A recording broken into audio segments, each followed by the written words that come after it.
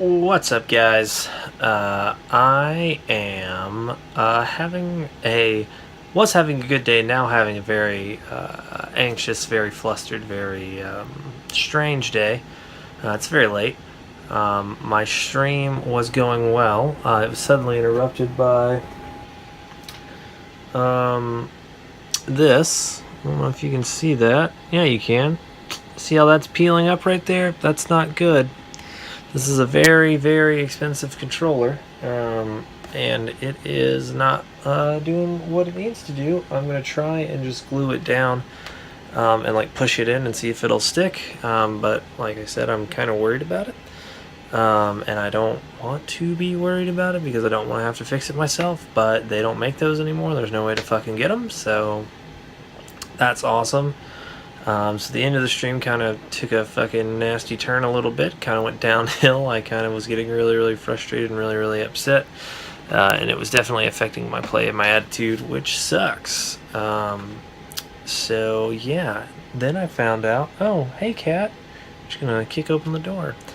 Then I found out that Gears of War 4 has about 1 billion fucking achievements that are all like time-based, and you have to do special events and all this shit. And then there's also an error you can get that just fucking obliterates your game. You can't play public matches anymore, and it discontinues like 15 achievements. So after, going down that rabbit hole and researching and trying to figure out what was going on, I finally did. And it doesn't look like it's something that should affect me, but it's just like, man, Gears 4 is like a completionist's worst fucking nightmare. It makes me not even want to buy Gears 5. Or like even play it because it's so fucking ridiculous.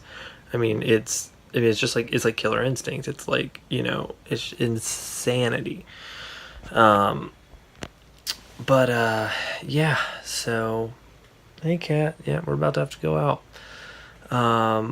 Yeah, that's kind of just how I'm feeling right now. I'm supposed to be up in like very shortly to do another stream. I don't know if I'm gonna wake up or not because I'm so tired. I haven't decided yet if I want to wake up and then try and take a nap or what I want to do. We did watch Westworld today, so I need to do a little review on that. I'm gonna do it kind of quickly.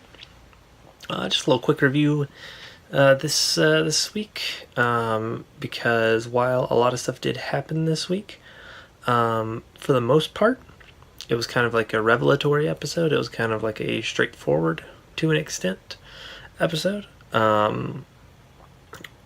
Basically, my only issue with the episode overall was the fact that all of these, like, super buff, super powerful fucking, we're the fucking, oh, wait, before I continue, sorry, Westworld spoilers ahead. You guys should obviously know that already, but before I say anything, Westworld spoilers ahead.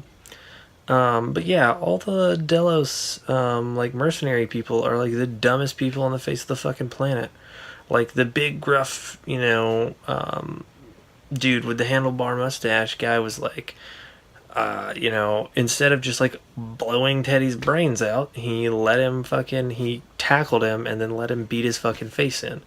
And then the ending on how they, like, destroyed the entire cradle is, like, really lame, because it's like, oh shit, I can't remember her name in the show, but the blonde chick, who it was like one of the original hosts with Dolores, she's standing in the cradle, and dude approaches her.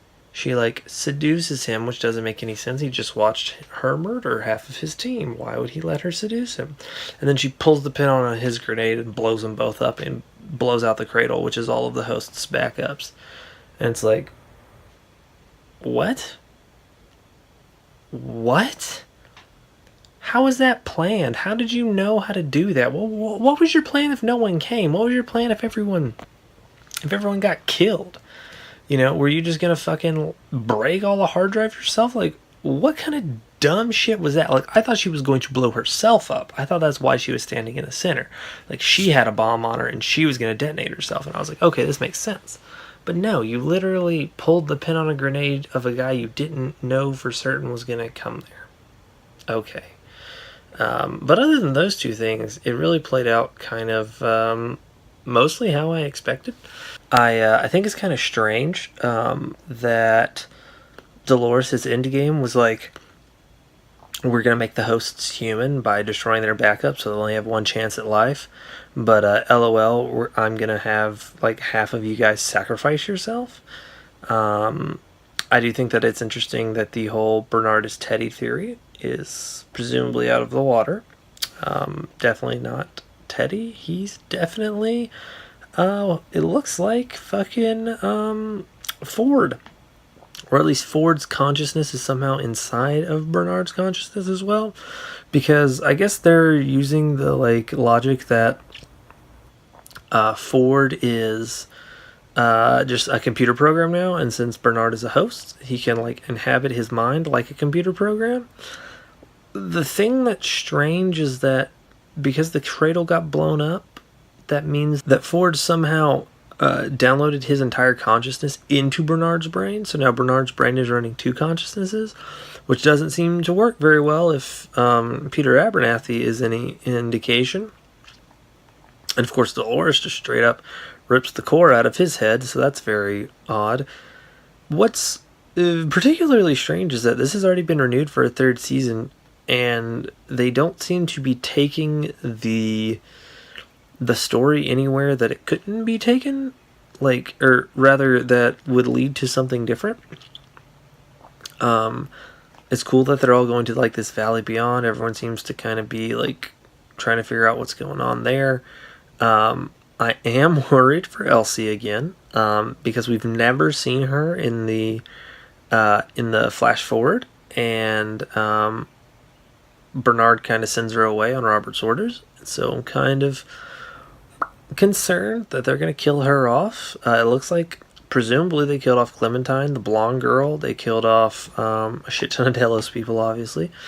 It also looks like they killed off Lawrence. The man in black is definitely not dead. I would presume that his daughter's going to find him.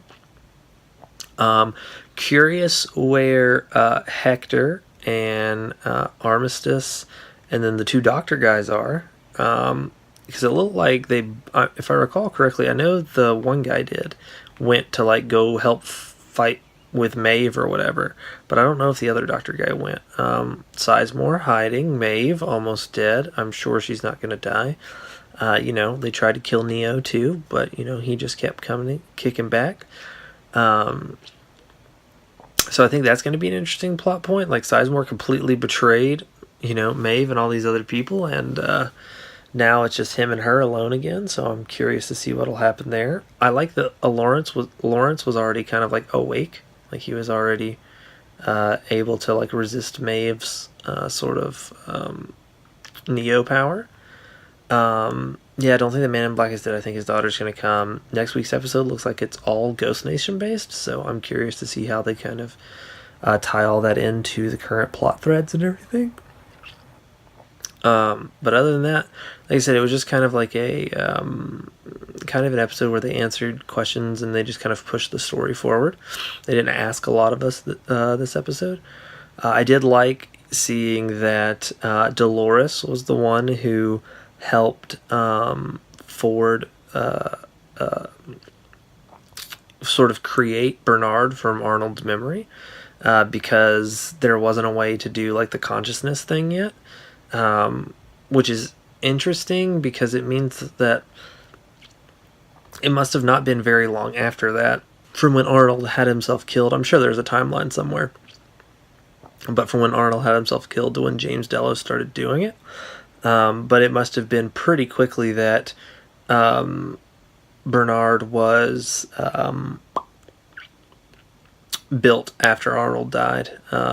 So I'm curious as to know why it didn't take them as long as it was taking James Delos to have fidelity.